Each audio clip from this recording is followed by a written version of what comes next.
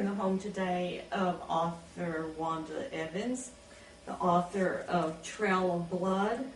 We just came from a successful book signing at Barnes & Noble. Tell me, what inspired this book, Wanda?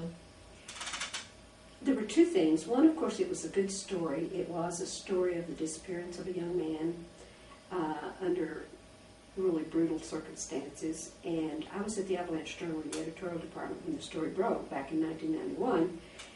And I followed that story because they never found his body. They just found a lot of blood in his apartment. And one of the reporters at the AJ, Valerie Avery, had interviewed the young man was Scott Dunn, had interviewed his father, Jim Dunn, who had come down here from Yardley, Pennsylvania to follow the investigation. And Valerie was very impressed with Mr. Dunn because he was just determined to find out what had happened with his son. So then nothing happened. The police kept investigating, and then things would just sort of die down and you wouldn't hear anything for a while. And then I left the Avalanche Journal, but periodically I'd see a little bit on the news, either the TV channels or in the newspaper, about Mr. Dunn being here and working with the police department, and they still hadn't found out what happened to Scott. Although with the use of forensics and this sort of thing, DNA and what they call reverse DNA testing, they proved that Scott was dead and that, or whoever had died in that apartment was Jim Dunn's son, and they do this through reverse DNA.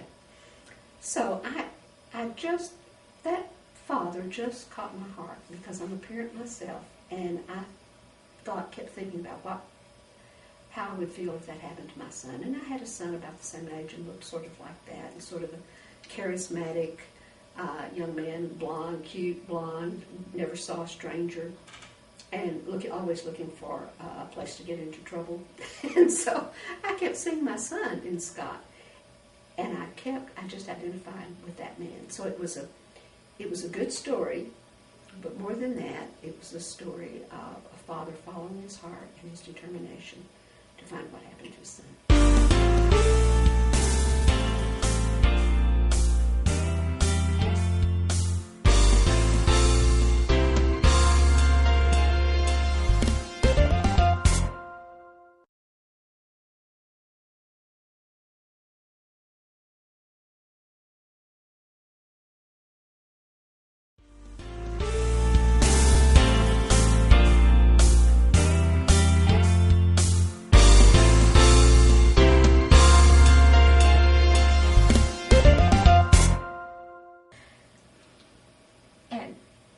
You've been writing for a number of years.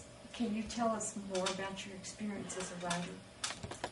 Oh my goodness, I've done everything. Including, I'll tell you about my very first sale. Back in the late 60s, early 60s, around late 60s, early 70s. I started out, they call me the disaster writer. And I don't think they call me disaster writer because I was a disaster as a writer. I hope not.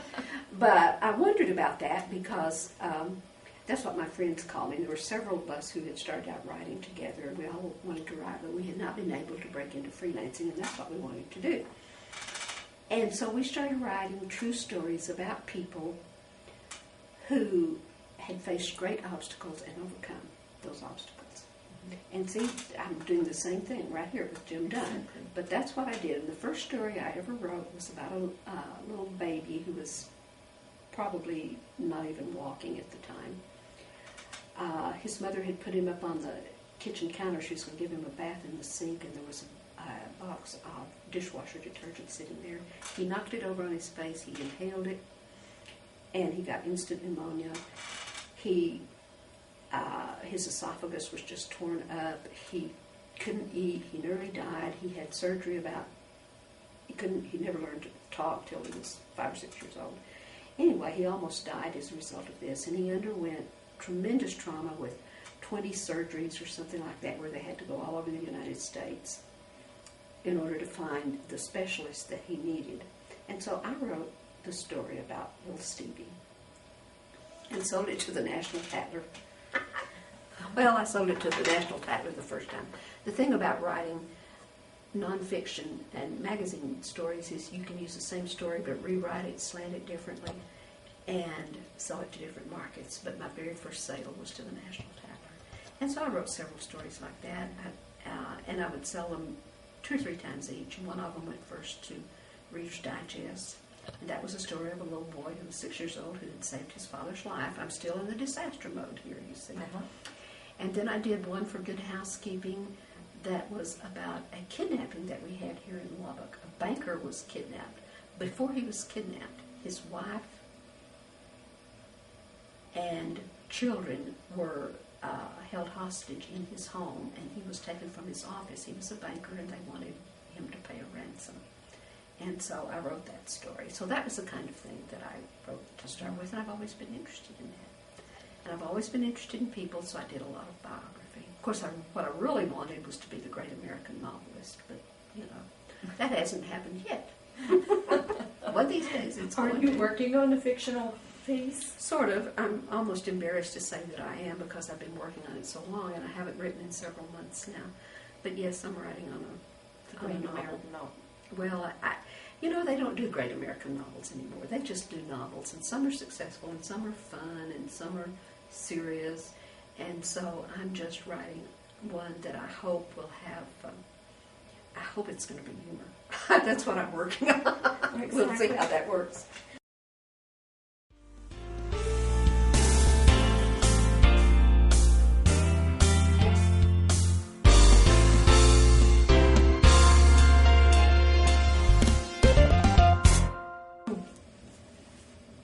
Ever regret anything that you've written? The only regret I have is that I didn't do it better. Everything I've written. Oh, what about, did you go on and write more true confessions? No. No, failed that course. I only wrote, I did write 3 or 4. I didn't write the whole 5. I did sell 3. And they were all about children. When I found out that editor liked children, well, I could turn out the children's story and I could do the confession style. The thing about it is, and you know, a lot of writers don't want to do this because they think their style is their own and they don't want to be influenced by anything else. If you're going to be a magazine writer, you're going to have to write for the style of the magazine. And I hate to say it, but most writers, and we're not talking about the big ones like the Stephen Kings and whoever's big, even Stuart Album, or Nicholas Sparks, he's one of my favorites. And they have their own styles, but basically if you're a bread and butter writer and you write books and you're not a bestseller and you're not on all the movies and everything, you have to recognize that book publishers as well as magazine publishers have their own style, and your book is going to be written according to their style. And this doesn't just mean punctuation, but it means the flow of the book and everything. And so they don't go in, you asked me about editors who go in and change it. They don't have time to rewrite your book for you and do that. They'll ask you to do it, and if you can't do it the way they want, then you don't make that sale. And so this is one of the things I learned about. I could learn the style of anybody, just about. It's harder to learn the style for book publishers because you don't sit down writing a book for a specific publisher generally. But when I was doing magazine writing, I did do that. I studied the confessions and I wrote in their style, and I learned to do that.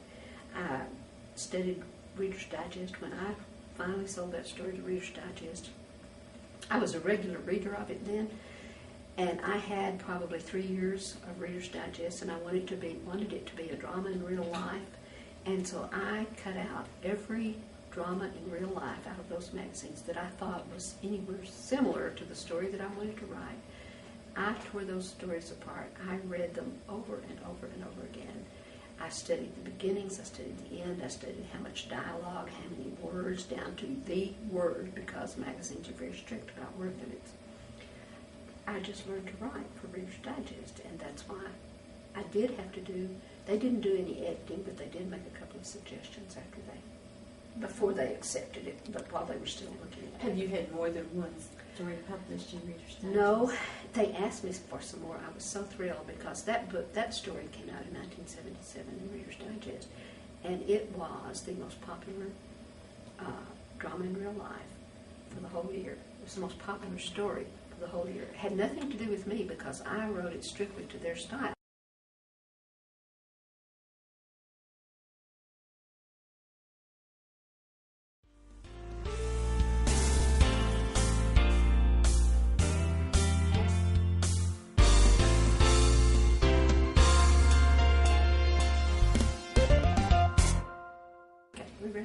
Have you written anything else for Reader's Digest? I have written it, they haven't accepted it. Because the story was so popular, they very generously and nicely asked me to submit other material to them. And I did, but nothing just quite fit their needs. Again, I probably wrote 5 or 6 more. The neat thing about it was, once I had written it for them, we're still pretty much in the disaster category, you understand, because that's what drama in real life is. Other magazines, such as Good Housekeeping, were doing that. So if I had a story that was turned down by Reader's Digest, I could redo it a little bit, and it would go to Good Housekeeping, and they would take it. So you've been publishing Good Housekeeping. That's a hard one to get into. It is a hard one, and I haven't tried in years, so it's probably harder. Now, the styles of magazines have changed so much, and they are so oriented towards celebrity, even Good Housekeeping. So it's really hard for a writer to get in with a story like that. And I've noticed that when I read Reader's Digest, the was it Drama and True Life, it does have a certain format. It does, absolutely, and you have to follow that format. But you can do that, and I learned Good Housekeeping. I also wrote for Southern Living. I learned to do that. What are some of the magazines and things you have written? That was about it. Southern Living, I did. We used to have a magazine called Texas Business, which I wrote for, and then I wrote for some other like pulp magazine. And if you were to have a chance to start writing again as a new writer, what would you do differently? I'd go to school. I would finish school. I would go to a school that specialized in the kind of writing that I wanted to do.